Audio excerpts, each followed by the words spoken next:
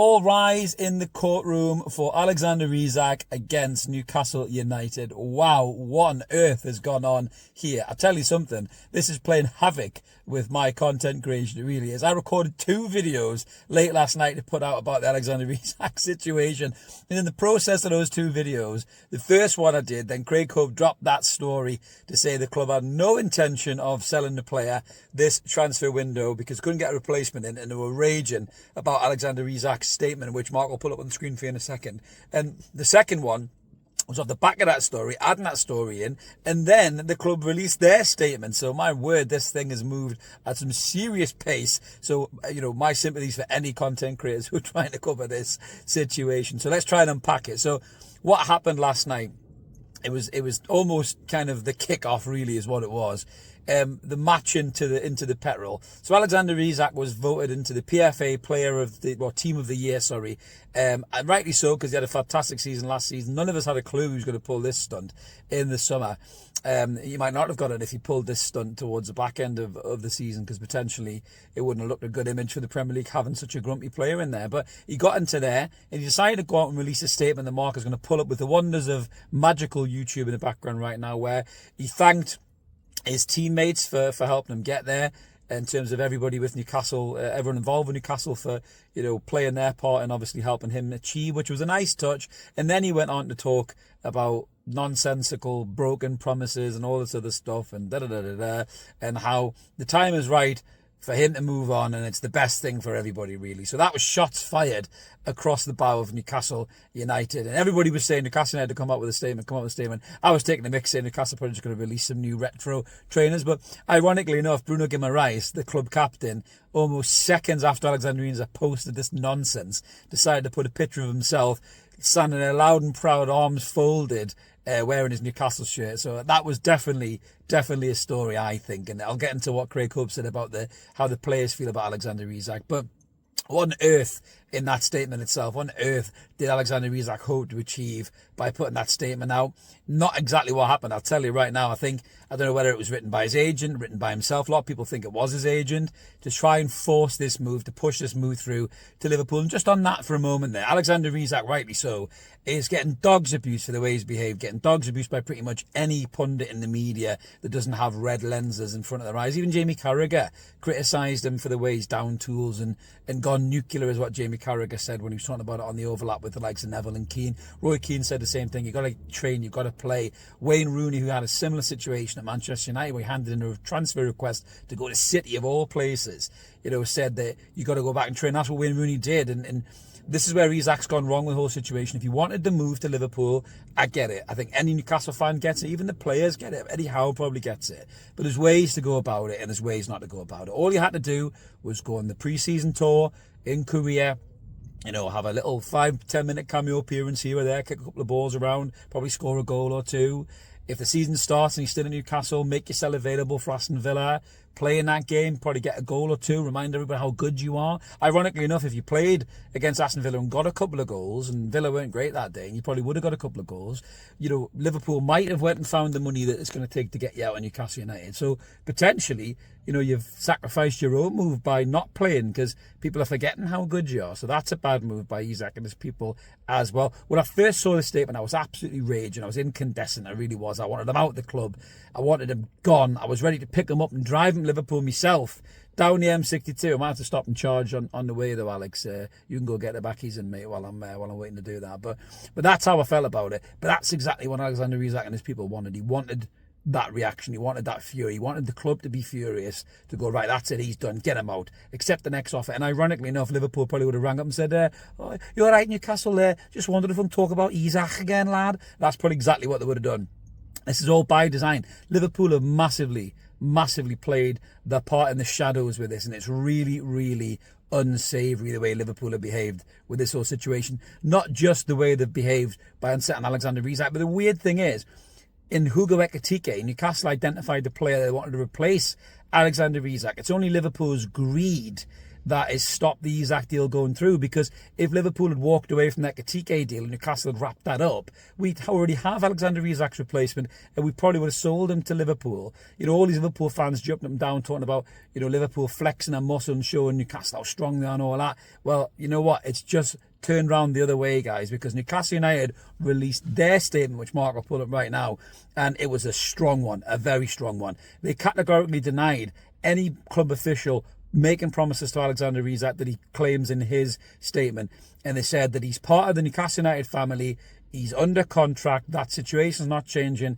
and they will welcome him back when he's ready. Wow. That was the club basically just saying, you're going nowhere, son. They've tried to sign the replacement over the summer.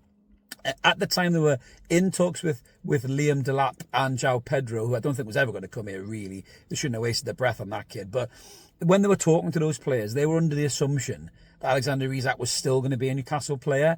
It was only the Hugo Ekitike situation that sparked this whole thing off. That even then they were under the assumption clearly that Isak wanted to remain a Newcastle player. All this talk that the club have known my situation for some time is lies as well, and the club have basically turned around and said that. You know, that they never told him he could leave. They never had a conversation about him being able to leave.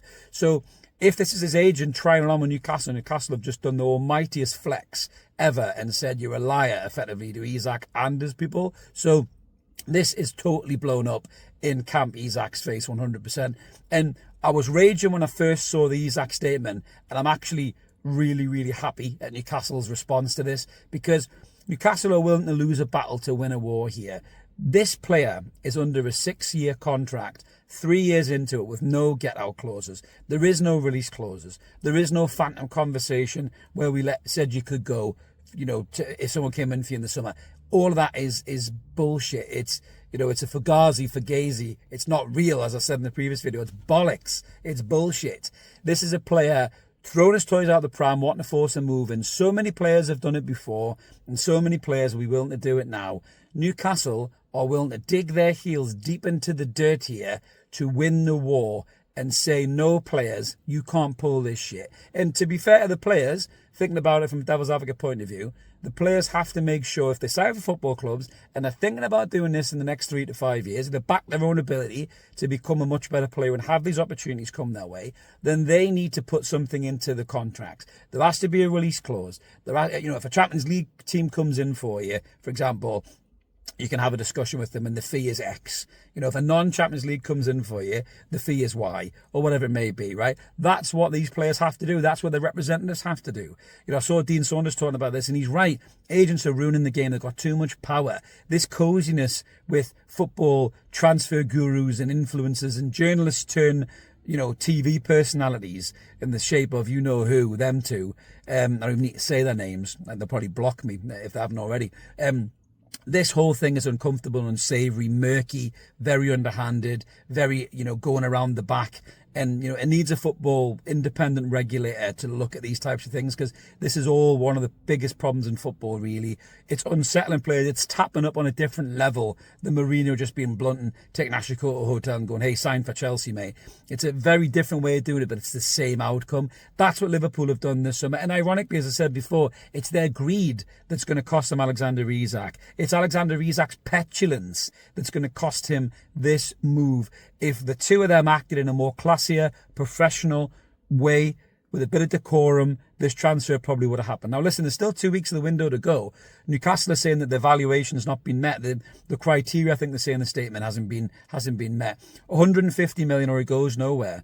And that's what Liverpool have got the choice to do now. So do they come back with 150 if they really want the player, or do Liverpool walk away because it's now looking bad on them as well, sticking to them like mud, and they don't like the way the situation's gone? But somebody in Liverpool has encouraged this behaviour from Alexander Isak. Be it indirectly, they've encouraged this behaviour to start up, make noise and force the move. And it's very, very murky. And this will all come out in the wash, I think, exactly who said what and when to the player, his agent, you know, his agent to the club, all that kind of stuff as well. It's all going to come out in the wash. But I can't wait for Eddie Howe's press conference about this. He'll be eloquent and articulate as ever, and I can't wait for that game on Monday night against Liverpool. What will happen before then? Will a bid come in for Isak? We'll wait and see. But by the looks of it, Newcastle are willing to say, you go nowhere, son. They need to get a centre forward in. There's no doubt about that. We know the guy they're after. I'm not even going to mention him because I can't be bothered with the grief in the comments. He's got his own problems and he's acting like a bit of a tool as well. But it'll be interesting to see how this all plays out. I can't wait for the window to finish. I'm sick of it. I'm bored of it. Alexander Isak, if he stays as a Newcastle player, and it looks by that statement like he's going to, and he's actually made Newcastle almost be belligerent about it and say, you're going nowhere, son. You know, then we'll get this all done and dusted. September 1st comes around and he's got a big decision to make, Alexander Isak. Does he come back into the fold? Does he start to play football again? Or does he continue to be petulant, lose wages every single week and then slip out of sight and out of mind and doesn't even get a move to Liverpool in the summer or anybody else in the summer either? So let us know what you guys think in the comments below. Always like to hear from you, not from these stupid Liverpool fans that are in our comments. You just get blocked quicker than old Daniel LaRusso versus the Cobra Kai, because I can't be bothered with you. But always like to hear sensible football fans' takes on this situation, what they think about it. But Newcastle look like they're willing to lose the battle to win the war, and I'm all for it. I think for the future of football clubs and these kind of petulant antics from their players, this may actually be a really good thing. And now I've calmed down and thought about it a little bit more. So that's me done. Hopefully nothing else breaks before this video comes out. Have a bell there. We'll be back with loads of content this week in the lead up to Liverpool. I'll catch you later. Cheers.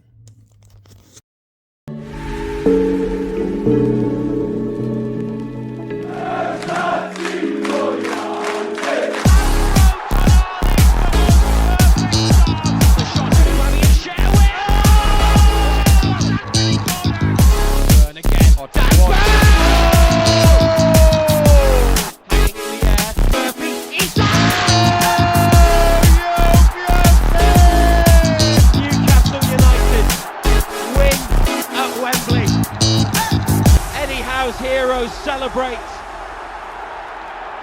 They have done it.